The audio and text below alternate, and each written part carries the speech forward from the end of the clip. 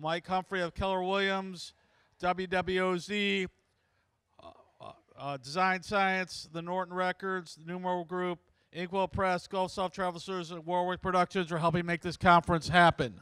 Without them, we wouldn't be doing this. Okay, now our next panel is we're going to delve into Rampart Street, the main drag in New Orleans. So South Rampart Strut, the music and the geography of South Rampart Street. We have quite a distinguished group of panelists here. We'll start all the way on the far right. We have a geographer and master of New Orleans, examining the New Orleans landscape of the city and the trends of it and how the city has kind of shaped itself. We have Mr. Richard Campanella. Or I should say professor. Next to him, we have Bruce Rayburn, who is the head of the Tulane Jazz Archive, the Ben Hogan Jazz Archive at Tulane, who is also a professor at Tulane University,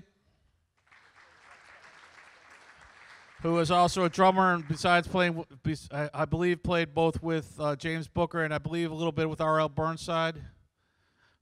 So he's played drums for some interesting cats. Next to him, we have a New Orleans legend who started off in the early 60s as the studio guitarist du jour for Alan Toussaint that played on Mother-in-Law and Constant Hits. Then he formed Deacon John and the Ivories. He had his long-standing band in New Orleans for years. He had at one point, what was the band? I believe it was called the Electric Express. Was your other band, Deacon? Is that right? Electric? Deacon John and the Electric Soul Train. Electric Soul Train. With featured, I believe, Willie West was in that band too, wasn't he? Was it for a while? Yeah, he was for a while. Yeah, he was. Till he went with the Meters. They paid more money. But mainly his main thing is Deacon John and the Ivories. He's played, many people have passed through his great band. And Deacon is an amazing showman. It's Deacon John and the Overs now. We had to get girls in the band. So ladies and gentlemen, and then Deacon John himself, Deacon John Moore.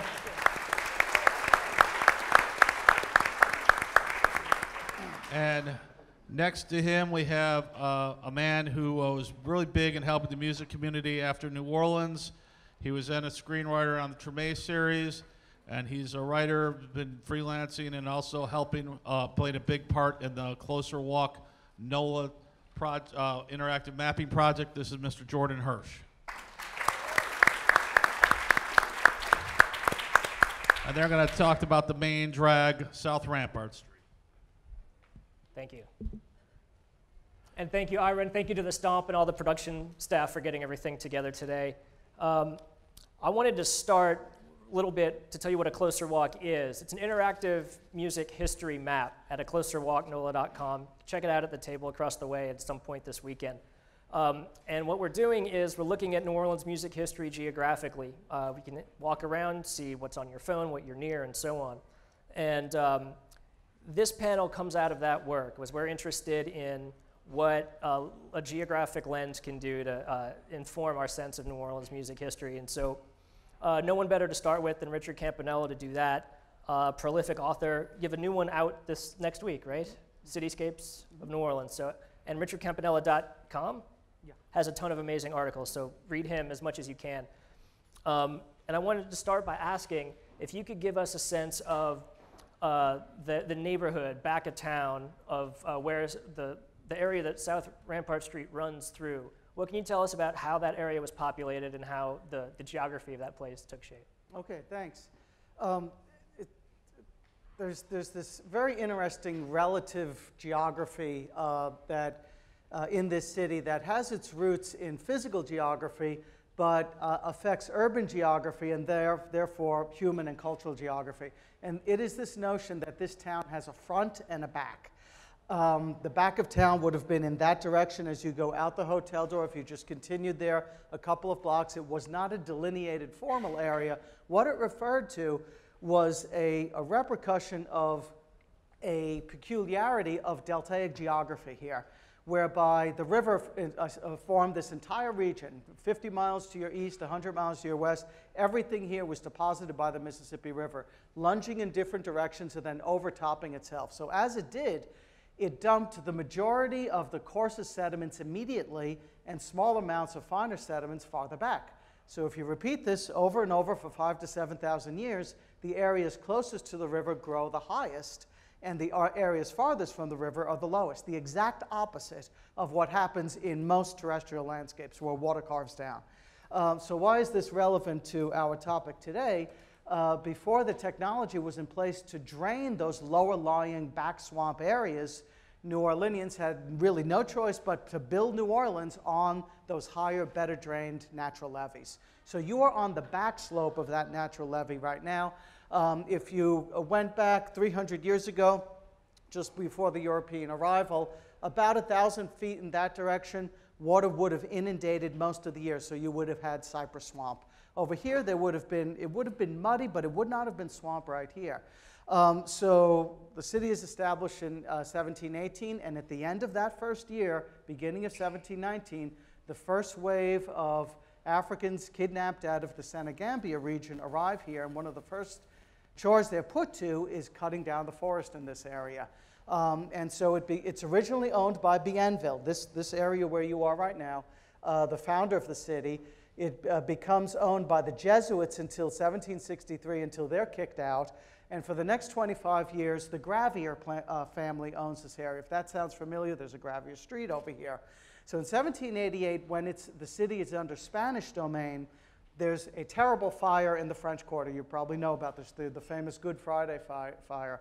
And the city is so charred at that time that Carlos Trudeau, the surveyor for the Spanish at the time, goes ahead and works with the Gravier family to subdivide what is now the Central Business District. So it's really New Orleans' first Faubourg, and the Spanish called it Suburbio Santa Maria.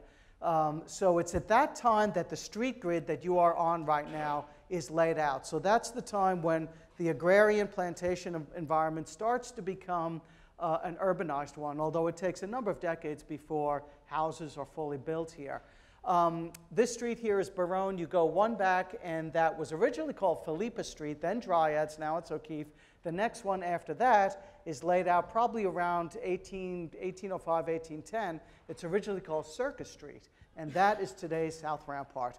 So what's going on with this front and back of town phenomena is that because you have most of the economic action and the power and the wealth on the higher ground, as well as very much a working riverfront, this starts to affect residential settlement patterns. So in these lower-lying areas, everything that drives down the desirability to live here is in place here. The streets are muddier. There are fewer urban amenities. There's there's more environmental nuisances. You're closest to the stagnant water of the back swamp. And so all the land uses that the more empowered part of society in the front of town don't want in their backyard gets pushed back to the back of town. And this is a New Orleans habit that goes on to this day, to push it backwards toward the former back swamp. So what were some of these things? Well, there was the gritty, grotty turning basin of the New Basin Canal, which had kind of a leatherneck workforce. This was over by where the Plaza Tower is. It was dug by Irishmen in the 1830s. It had light industry and busy work, but it also emitted these pollutants and nuisances and made living right next to it undesirable. There was a Girard Street Cemetery, which was rather eerie, a back-of-town cemetery. Charity Hospital was located in this direction. Yellow fever era, people more empowered, did not want hospitals and graveyards in their backyard, and so they got pushed back here. The city had a gasworks in the 1830s. Believe it or not, there was gas service here. You would superheat coal and extract the gas from it, and this was piped to street lamps and even for domestic use. That was also in that area. So you had a number of things there that rendered these blocks over here to be literal and figuratively on the margins of urbanization. So in the American era, 1820s, 30s, 40s, already you have all sorts of police reports of vice and, shall we say, economies of indulgence. going on, particularly along Philippa Street, which is now O'Keefe. And I really didn't realize this until I started researching it, that it had a steady stream of grog shops, brothels, saloons. They looped around Girard Street and then connected with the flatboat wharves along the riverfront, where you had Kentuckians and others coming in from the upcountry. There was one particular dive that was called the Swamp, not the hydrological feature, but this almost like Storyville before Storyville, but completely sub rosa. And it was over by where the New Orleans Arena is right now. And we only know this from later reports, but it was a highly violent area where a lot of the flatboatmen used to hang out. So all of these things were in this rear area. I'm going to jump ahead now toward the late 19th century, because that kind of lays the groundwork for the South Rampart of the 20th century. Because of the proximity to the urban core, but also because of the environmental and urban issues here, there are certain benefits that come from that. It makes the area affordable. There is opportunity here because of the proximity to downtown in the food services, the municipal markets, the public markets, the Pile market, the Poydras market, the Dryads market is not too far away, the Claiborne market, offer opportunities for low capital, easy entry to owning your own business in these public markets. And you almost can't overemphasize how important they are for neighborhood identity. There's also a streetcar line on Rampart itself. The name Circus is changed to South Rampart Street, and this is the rearmost of the river parallel streets in downtown that has a streetcar on it, and I think that's important. So Baronne, Carondelet, St. Charles has the original streetcar line to this day. Most of them have since been removed, but the rearmost street that had a river parallel streetcar was Rampart. So add to this opportunity, adjacency, accessibility on the urban margins. And so what this allows for is an incredibly diverse society to form here, where you had, and you could think of South Rampart as well as Dryad Street, which is parallel and then kind of becomes Dryads as you go farther down, was an interface between the predominantly but not overwhelmingly white front of town and the predominantly but not overwhelmingly African-American back of town. And so you had all sorts of opportunities here, integrated shopping along South Rampart. We had a Chinatown here. A lot of people don't realize there was a Chinatown in New Orleans. It was small, but it was very well known. Louis Armstrong writes lovingly of it. It was around 1100 Tulane Avenue. 1870s it starts to form into the 1930s or so. And along South Rampart itself was a number of Orthodox Jewish shop owners, along with African American, Sicilian, and others. You head farther uptown to the main part of Dryad Street, and that was the main neighborhood of Eastern European, Polish, Russian, Orthodox Jews, and many New Orleanians knew of Dryad Street as the Jewish neighborhood. So you had diversity, accessibility, opportunity on the urban margins, and interesting cultural things tend to happen there. Right, and speaking of interesting cultural things, Bruce, around the turn of the 20th century, there's a lot of people playing music on South Rampart Street, and something dynamic is happening, what it sounds like. A lot of interesting cultural activity. And among those shop owners that Rich was just alerting to were the Fertel family, obviously the progenitor of the Just a Closer Walk app. Randy Fertel has written quite a bit about the family history there, but there is a tendency to ascribe jazz origins to specific loci throughout New Orleans, and there are three that always come up, and one of them is South Rampart Street, and there's a reason for that I'll get into in a minute. The other is Storyville, and the third is Treme, which is adjacent to Storyville, so maybe there's only two. Obviously, it's simplistic to try to look for one specific location and say jazz was born there, because it was a phenomenon that grew up all around the city, because musicians didn't stay in one place. They went to where the gigs were available, and that took them all over town, from Algiers to Gertown, you name it.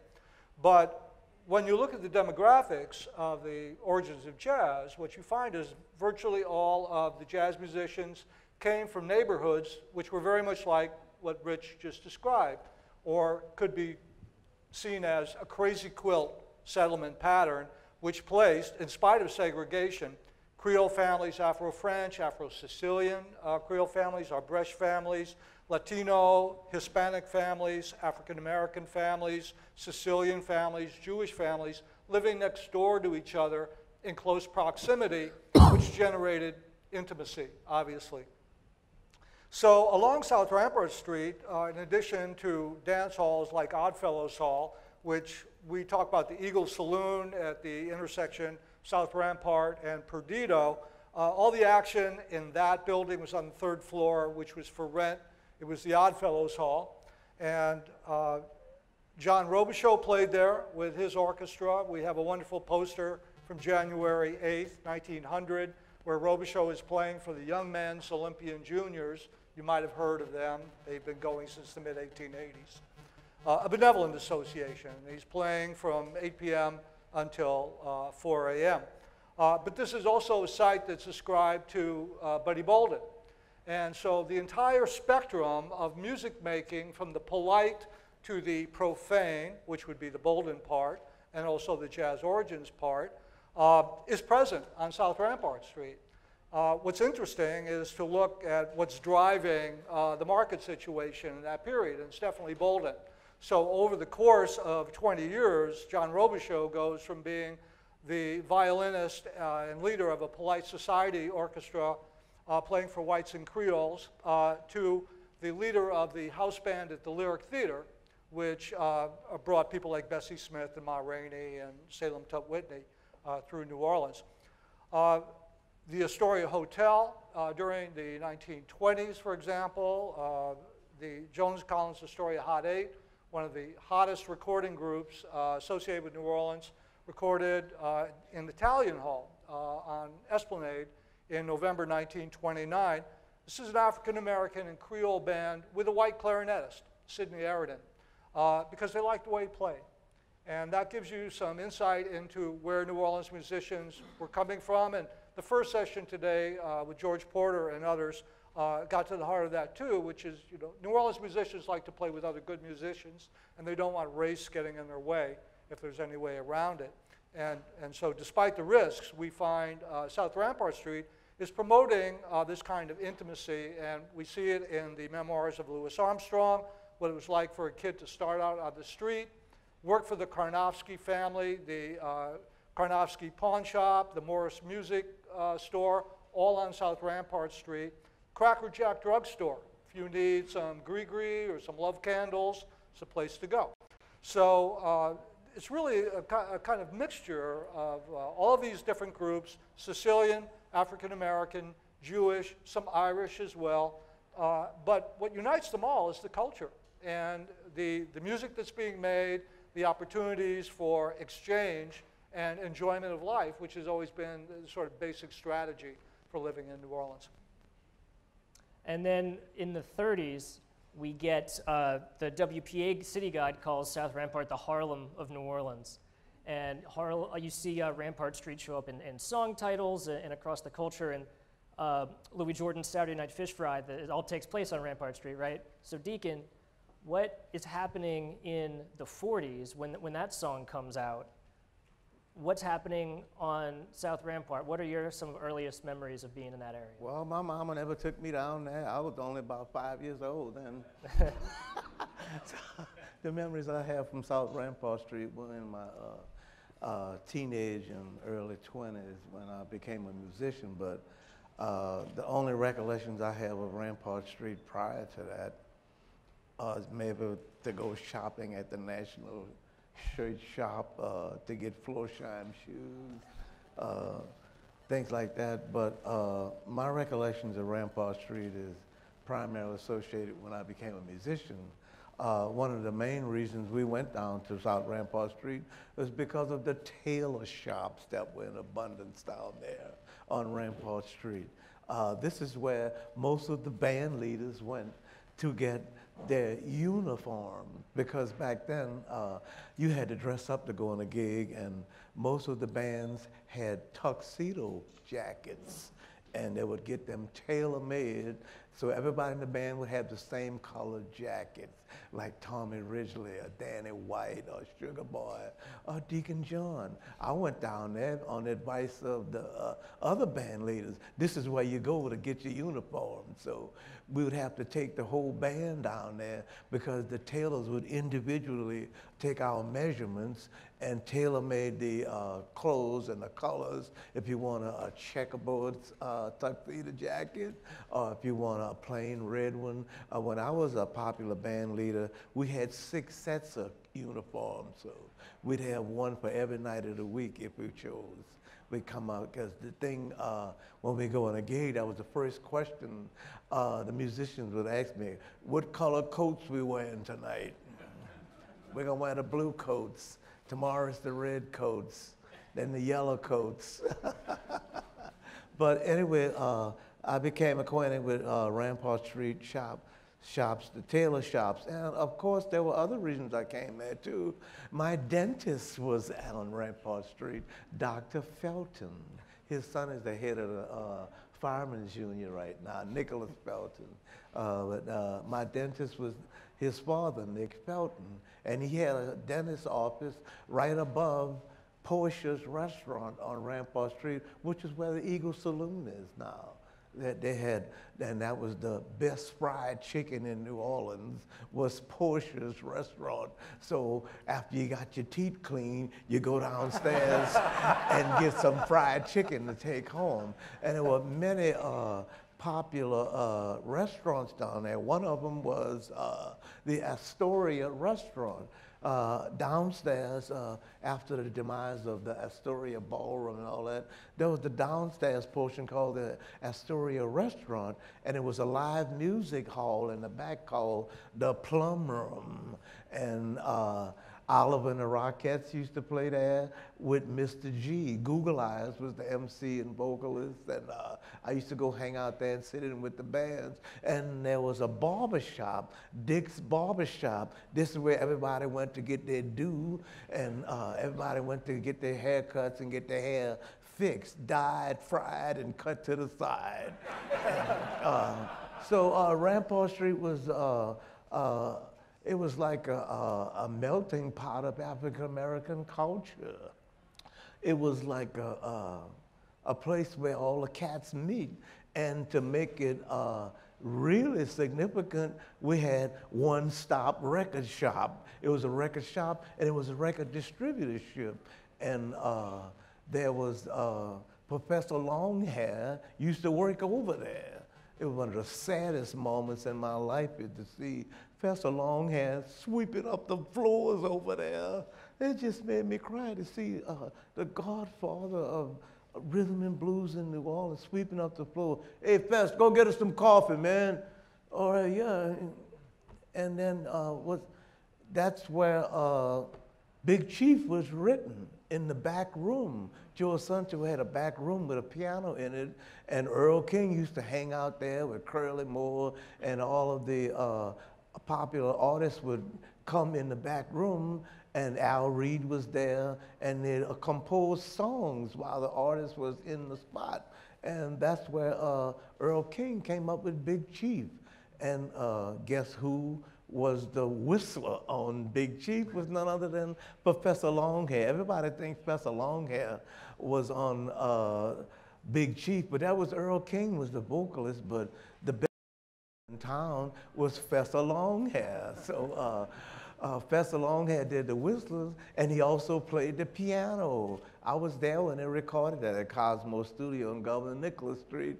And that was the first time Fest had ever seen a 16-piece band, so he was kind of nervous that he never seen the band that big. Wardell Kazan had the big band there, you know, with and he had all the arrangements cut out. Smokey Johnson came there. He played on Big Chief, and Smokey Johnson took some broomsticks and he nailed bottle caps on them and to make the percussion effects on Big Chief.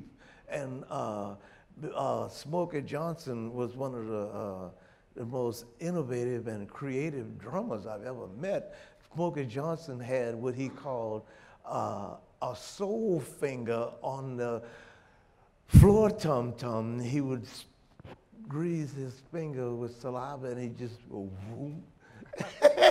For different effects while the song was going on. He'd go whoom, maybe to end the song. But anyway, I was there when they did Big Chief. You know, they didn't have air conditioning then in Cosmo Studio on Governor Nichols Street, so Cos had a big reed fan blowing on a block of ice, and he had big tubes coming in through the vent. He would cut a hole in the wall, and they had a tube coming down blowing cool air on the musicians. And one thing famous about all the recording sessions, there was a big #2 tub full of beer and Cokes, and the hard liquor was inside the control room if you wanted to go get it. But anyway, Let's go back to Rampart Street. Right to Rampart Street. Joe Santos' record shop was on Rampart Street, and you could go in there and he had turntables where you could listen to the record before you bought it. If you didn't like it, you know, you didn't have to buy it. And of course, there was always people running in and out of that place all day long, because not only did he sell records, he would just distribute it too. He would distribute to the record shops and the jukebox primarily, the record shops, jukeboxes, and the radio stations. And he would get large quantities from Henry Hildebrand with all South distributors. They had a giant warehouse, and you know, Whirly Burley, who used to work over there, he was one of the founders of NOLA Records. Whirly Burley, Wardell Cazare, Euless Gaines had a shop down on Dryad Street. He was an electrician. So anyway, that was a place, you know, where it was like an incubator of the indigenous culture there. Earl King, we'd be in the back room playing the piano. Then Isaac Bolden would come back there with Tony Owens. That's where he wrote Tony Owens' Confessing a Feeling. He brought it back there, and they would rehearse the background singers. So One Stop Record Shop was very important for that reason, because it was an incubator of the indigenous culture. And not only that, it was a place where you could go and rehearse, write songs, and go down the street and get you some red beans and rice, fried chicken, or whatever. So it was very significant for that reason. And also, you know, the live music venues like the Plum Room, and there were dance halls you could rent for to run private parties. My father used to tell me about the dances on the roof garden that he would go to, and you had to be dressed up, and you couldn't get in there unless you were dressed to the nines, and no single ladies were allowed. But anyway, Rampart Street also had, you know, besides, you know, the soul food restaurants, the barber shops, they had a shop where you could get your radios fixed. And also Sax Carey had he was a saxophone player. He would repair saxophones at a shop on Rampart Street also. And the most significant, I mean, the one that stands out in my mind the most was a little hamburger emporium. It was called the Silver Grill, and it was the precursor of the small hamburgers that came out later. The proto slider. The Royal Castle hamburger was a small part, but this guy had a foot in the market before that, and he had like an Airstream trailer, you know, one of these mobile homes with a cooking facility in it, and he'd park it there all during the day, and he'd be flipping these little small hamburgers. They were the best hamburgers in town because you could sneak them inside the movie theaters. And he had the right mixture, like with onions and stuff he'd put in the mixture of the ground meat. Man, you didn't have all of this ground meat. Most of the ground meat back there was good ground meat, you know, special ground meat. But his hamburgers were really special, and he had a sauce. He had a special sauce I've never been able to find anywhere else.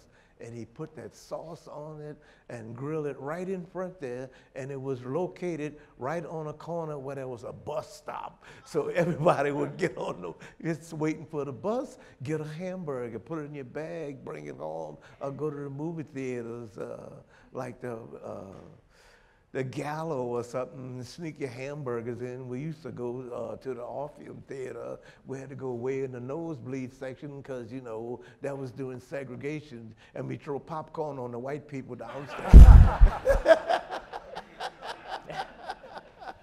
Well, I want to hear about who you saw play on Rampart. You know, there were so many venues along that strip. Who were some of the artists that you saw there?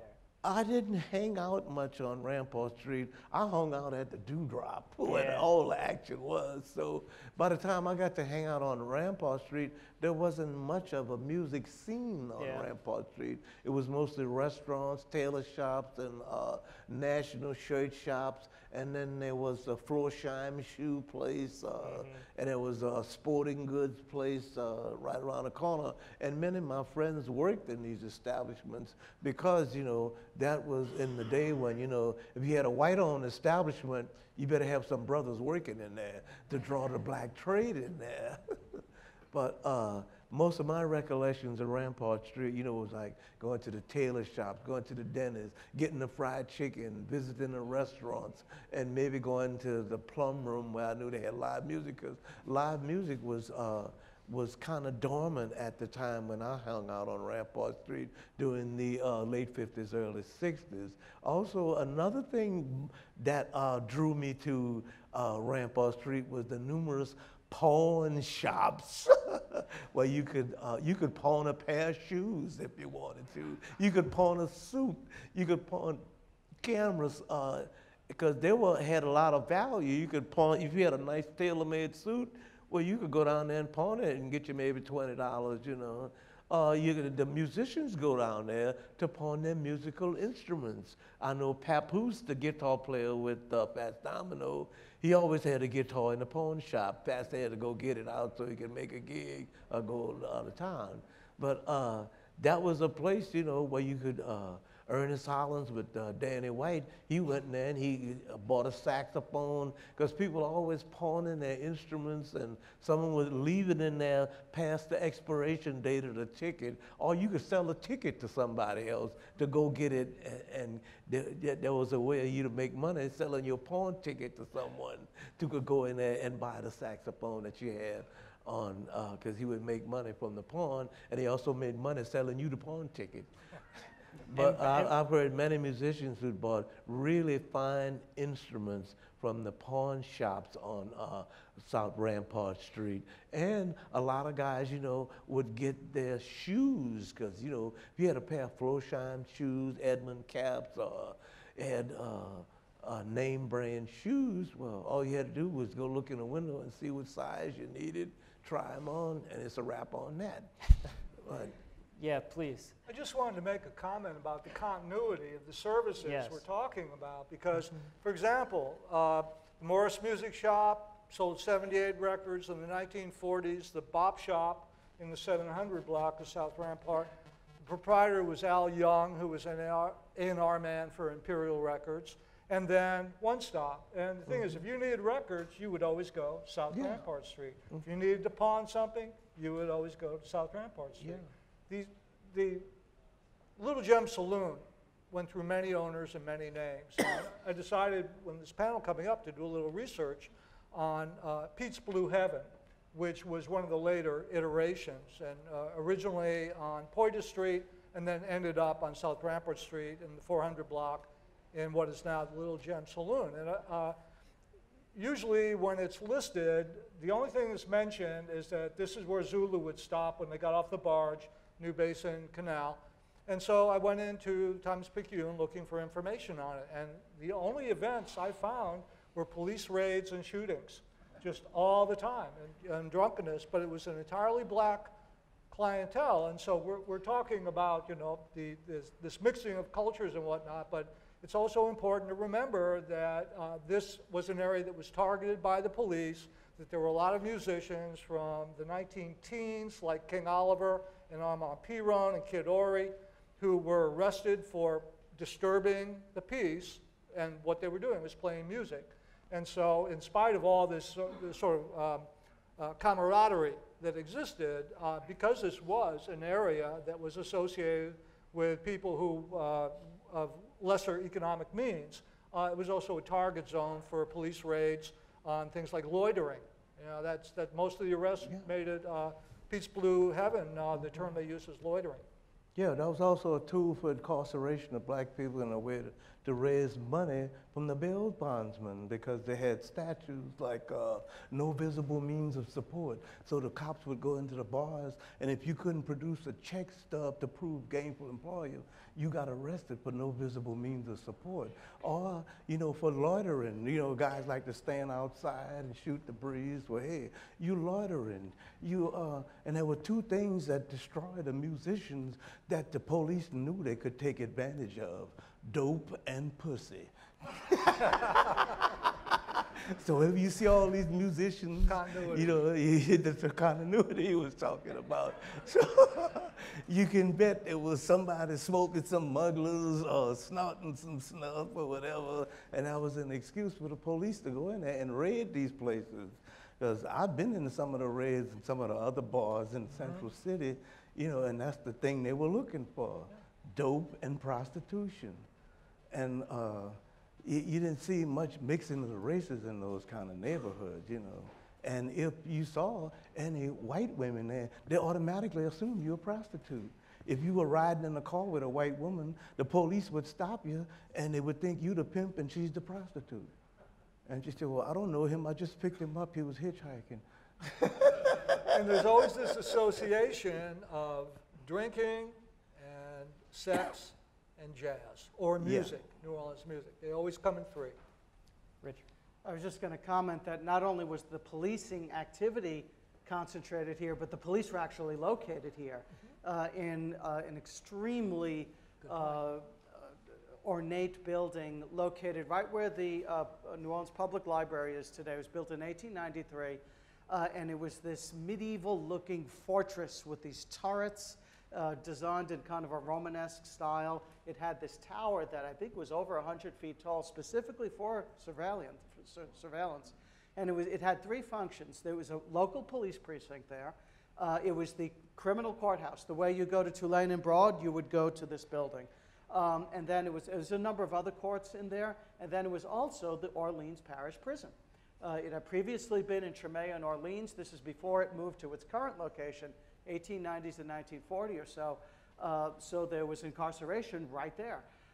And on the lot, there's a little open garden there where it abuts Duncan Plaza, was, so far as I can tell, the last place where there were completely legal executions within, and this is into the early 20th century. It's just right in the courtyard adjacent to the Orleans Parish Prison, which was right next to this Romanesque police station.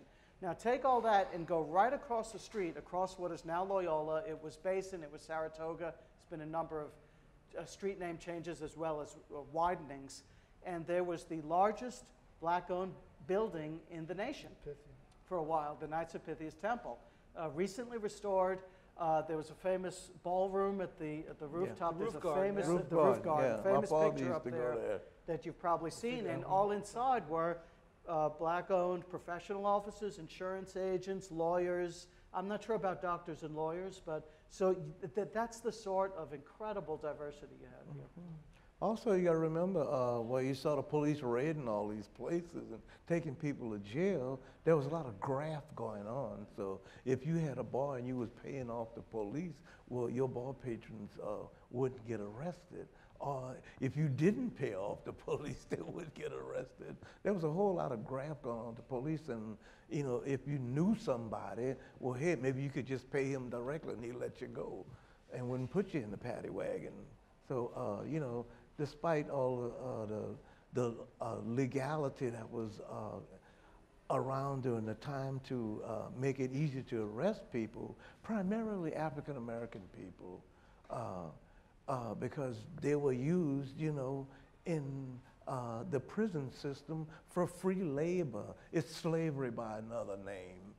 So you just round them up, put them in jail, and get them incarcerated, and then you can take advantage of the free labor to cut down the sugar cane, pick the cotton, and do all the labor, and you wouldn't have to pay hardly anything for it. So anyway, that was one of the things that happened concurrently with the arrest and raids of bars and lounges. And we should point out Armstrong was arrested in this area. Is that right, Bruce? On South Rampart Street on New Year's Eve, 1912. And interestingly enough, you were talking about Angola. You know, Booker used to refer to it as the Ponderosa. Yeah. Yeah, and also speaking of pawn shops, Armstrong again, in terms of getting an instrument out of hock, this is how Louis Armstrong got his first cornet, right? So this activity's been going on just decade after decade. And then, Richard, I want to ask you about what starts happening in the late 40s, early 50s as the power structure of New Orleans takes a look at the South Rampart area and comes up with some plans. Well, I'll set this in a bit of a broader context when in the 1920s, New Orleans finally gets a city planning commission. And for the first time, there's a professionally done master plan for the city. And it's done by a firm out of St. Louis called Harlan Bartholomew. And they take a look at the city, they put numbers on maps, you know, the type of city planning we would recognize, say, zoning, things like this. And the big move at that time was to find a bigger, better home for city government. Up until that time, from the 1850s to this time, it was located in Gallier Hall, which is right just to your right over here. There was an annex there, but the city had really outgrown that. And Bartholomew's original plan was to put City Hall, believe it or not, in the rear of the French Quarter, right in front of Congo Square. Think Orleans, where it intersects Dauphine, Burgundy, and North Rampart. Then there would be Congo Square. Right behind that was the Municipal Auditorium. And the building itself, the one sketch of it, it would have looked something pretty similar to the state capitol in Baton Rouge. Imagine this right in the rear of the French Quarter. So what gets in the way is, first of all, the Depression hits, and then the preservation movement is on the rise, and in 1937, the French Quarter is officially protected. Then World War II intervenes, and then by the time after World War II, the French Quarter is beginning to gentrify. So not only would it be technically illegal, but it would just be unpopular to go ahead and demolish. So Bartholomew revises its plan in the late 1940s, and they target a new area. And this is the era of urban renewal and slum clearance. We saw this when the public housing projects were built in the 1930s.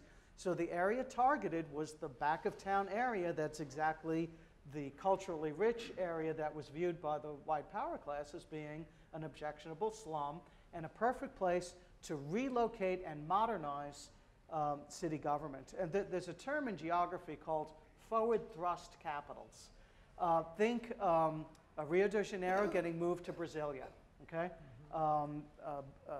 Belize City getting moved to Belmopan. So the idea is the one part of the local economy that is portable and not linked to the river or to certain areas is bureaucracy, is government. So if you want to spread out wealth and bring value to new areas, relocating City Hall or a capital is one way to do it.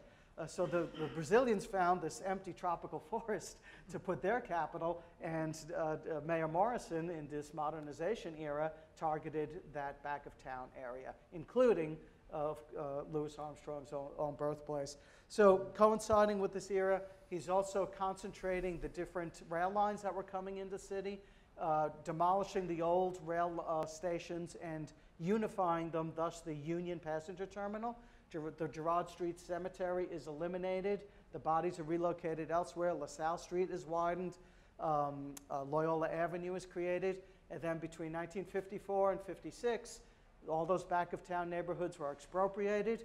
And City Hall, as well as a number of other courthouses, are built, the new library. And architecturally, what is the style used? Modernism, international style, capital M modernism, just like you see in Brasilia.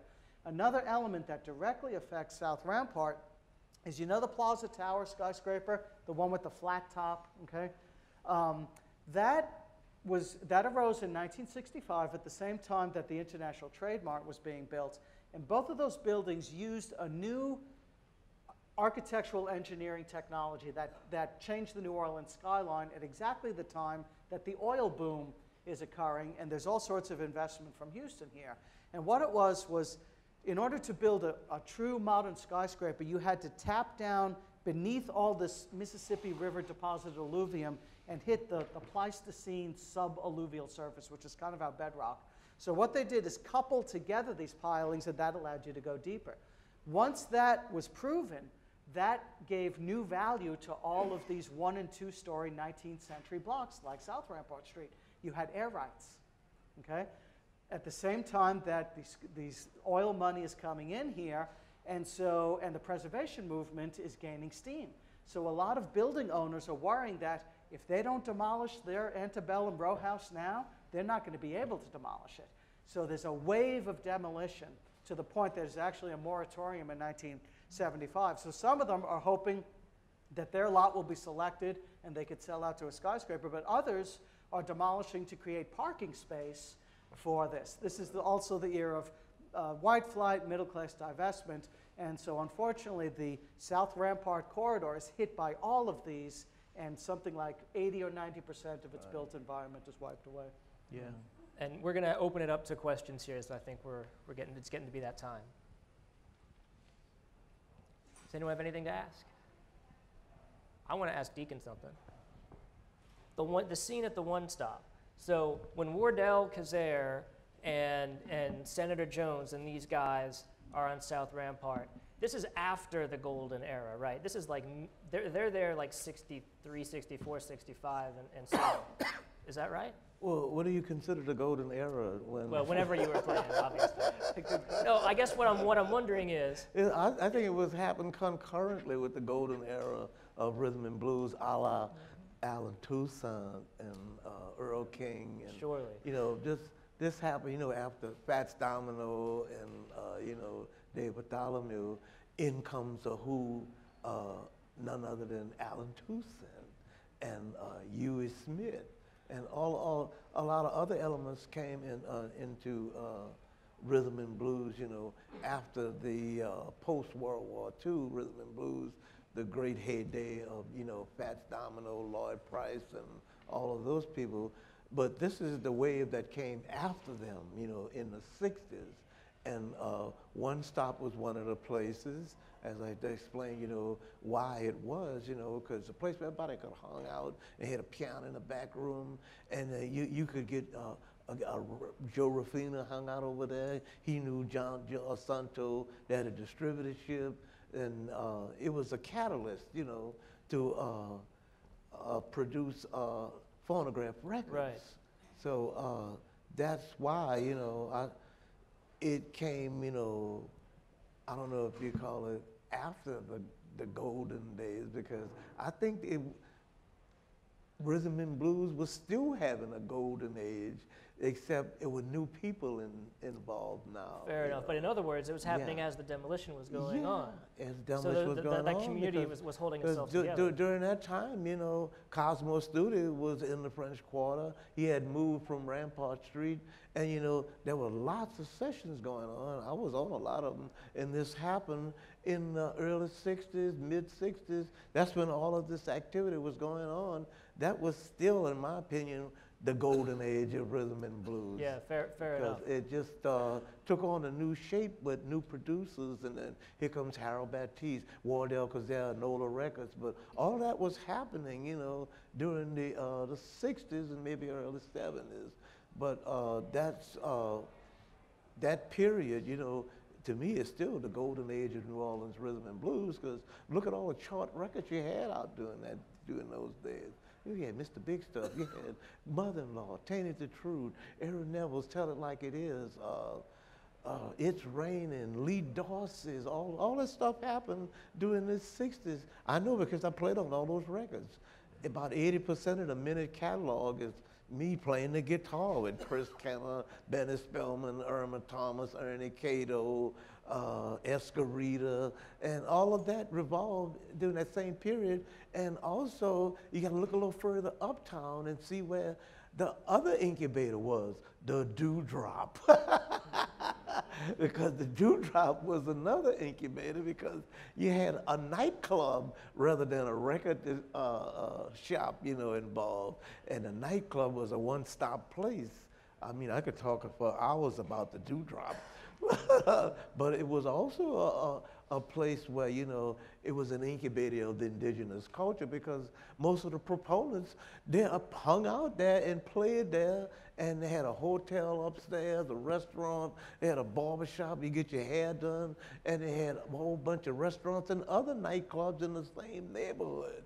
So, you know, it had a Robin Hood down the street, and you could see entertainers from all over New Orleans, and it was drawing entertainers and singers and musicians from other parts of the country, like Ray Charles. He used to come to the Dewdrop, and you know, the Dewdrop was famous for all of these jam sessions that lasted into the morning hours, and I mean, I know we're not here to talk about the Dewdrop, but, we're talking about the Rampart. But all of this was going on concurrently, and which led to the great heyday of rhythm and blues, the golden age of rhythm and blues in New Orleans. It didn't really stop until, but it just slowed down some with the British invasion and the advent of rock, not rock and roll, because rock and roll is just really rhythm and blues. It just got a name for rock and roll because Pat Domino described it to Dick Clark. He said, what they call rock and roll, he said, it's just rhythm and blues. I've been playing that all my life. And what happened with, it got this name, rock and roll, because Alan Freed, the disc jockey, who was given all these record hops to promote the records, well, he observed the undulations and gyrations of the hips and buttocks of the people who were dancing to that kind of music, which grew out of the jump blues era, where people were jumping in the air and doing the Lindy Hop and the jitterbug. So that style of dancing that emerged from the jump blues, Alan Freed looked at him, he said, man, looks like they're rocking and rolling. And so he named the music that people rocked and rolled to, this is rock and roll music, and the name just stuck. You know, he couldn't get rid of it. Just like when they started calling me Deacon John, I couldn't get rid of the name. I said, man, don't call me that. People gonna think we got a gospel group. We'll never get no gigs around here, man. They ain't gonna play my records on the radio with a name like that. Well, anyway, I tried to get rid of it, and Jed Palmer said, look, if I don't have your name on the marquee, he said, ain't nobody gonna know you playing here. So that was a big no-brainer, but anyway, to answer your question about the golden age of rhythm and blues in New Orleans music, I talk too much. Don't start me to talk too much. Well, man, it's always good. But, you know, in my opinion, you know, because I was a part of that golden age of rhythm and blues in New Orleans. And I think, you know, the period of one-stop record shop, all that ran concurrently with, it just was like we were on the tailgate of what started back with Dave Bartholomew in post-World War II rhythm and blues era. And we just took it, you know, one step further, and maybe it went off in a little bit of different direction under different people, like Wardell Cozell, Harold Baptiste, Alan Toussaint, and the people that came out of that 60s generation, where they just dovetailed into what happened in the 50s, and the music changed a little, but it still was New Orleans rhythm and blues because it had the basic components of rhythm and blues in New Orleans. You had a little touch of jazz, gospel, and blues music. So when you emerge out into different directions, you got New Orleans music, because New Orleans music is characterized by syncopation. We don't have a backbeat, you know, and people down here, That's why they dance differently from people all across the country, because they know how to interact into the syncopated rhythms of rhythm and blues that grew out of jazz, because jazz is like collective improvisation. Everybody playing all these different things all at one time, and it all comes together, and hey, it sounds great, huh? All right, do we have anything from anybody? Yeah, what importance would have Here. Here I go. Here comes the mic. what importance would have Congo Square and Armstrong Park played on North Rampart at that time? Well, the idea of Bartholomew was to create a cultural center at one end of the Basin Rampart corridor and the Civic Center at the other end. So the Civic Center would become City Hall and Duncan Plaza. And you know, from an urban planning and from an architectural standpoint, it really was sort of a grand vision here. Next time you're on Basin, if you look down from the French Quarter towards City Hall, it's oriented so that it looks straight downriver. And the idea was that Civic Society would look across the city at the cultural manifestation at the other end. So that was the Municipal Auditorium. Later it became Mahalia Jackson Performing Arts Center, kind of the Lincoln Center of New Orleans. And then a vision to create a landscape park there that I think many people have since come to regret, demolishing 4 blocks of Treme to create Louis Armstrong Park. So the original vision was that civic culture on each side looking across from each other. But in retrospect, there were dislocations, there were expropriations, there was destruction, and I think it was more cost than benefit. Well, I think, do we have time for one? Right. Do you have something, Sam? Yeah, I was going to ask Steve if he wanted to tell the story about Earl King and the mimeographed gossip newspaper that we'd resell for a nickel to somebody else. That didn't happen on Rampart Street. I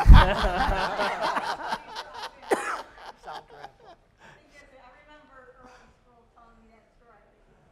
Yeah, it happened at the Dewdrop, and more it happened like next door to the Dewdrop at a place called Dorothy's Steakhouse, where they would serve breakfast 24 hours a day, and all of the, not all of, but a lot of the musicians and artists and characters hung out at Dorothy's Steakhouse. And Earl King was one of the guys, you know, who was famous for observing street life and observing a lot of things. That's why he wrote those songs. He wrote Teasing You, Observing Street Life.